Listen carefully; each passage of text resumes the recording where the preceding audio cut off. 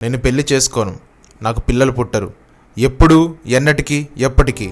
ఆ ప్రతిజ్ఞ వినగానే స్వర్గంలో దేవతలు సైతం ఆశ్చర్యపోయారు. భూదేవి కూడా కంపింది. ఆ మనిషికి కొత్త పేరు పెట్టారు, భీష్మ. భయంకరమైన ప్రతిజ్ఞ చేసినవాడు. కానీ ఆ ప్రతిజ్ఞ ఎందుకు చేశాడు? ఒక తండ్రి ప్రేమ కోసం. ఆ తండ్రి శంతను మహారాజు. ఒక భార్య ఉంది, గంగా.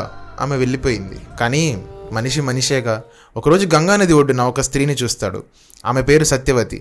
ఆమెను పెళ్లాడాలనుకుంటాడు. వాళ్ళ తండ్రి ఒక షరతు పెడతాడు. నా కూతురు పిల్లలే హస్తినాపురానికి వారసులు అవ్వాలి, నీ మొదటి కొడుకు కాదు. దేవరతుడు అన్నాడు, తండ్రి కోసం రాజ్యమేంటి, ప్రాణాలైన వదిలేసుకుంటా. కానీ సత్యవతి తండ్రి అక్కడితో ఆగలేదు. రేపు నీ పిల్లలు రాజ్యం అడిగితే ఏం చేయాలి దేవరత అన్నాడు. అప్పుడు చేశాడు ఆ ప్రతిజ్ఞ. ఆ ప్రతిజ్ఞకి స్వర్గం అదిరింది, భూమి కంపింది, దేవతలు సైతం ఆశ్చర్యపోయారు. అప్పటి నుండి లోకం మొత్తం అతన్ని దేవరత అని కాదు పిలిచేది, భీష్మ పితామహుడు. సంవత్సరాలు గడిచాయి. ఆ తండ్రి చనిపోయాడు, సత్యవతి కుమారుడు చనిపోయాడు. హస్తినాపురం బాధ్యత మొత్తం భీష్ముడి మీద పడింది. ఈ మహాయోధుడు భీష్ముడు యుద్ధంలో తన సొంత కుటుంబానికి ఎదురు నిలబడ్డాడు.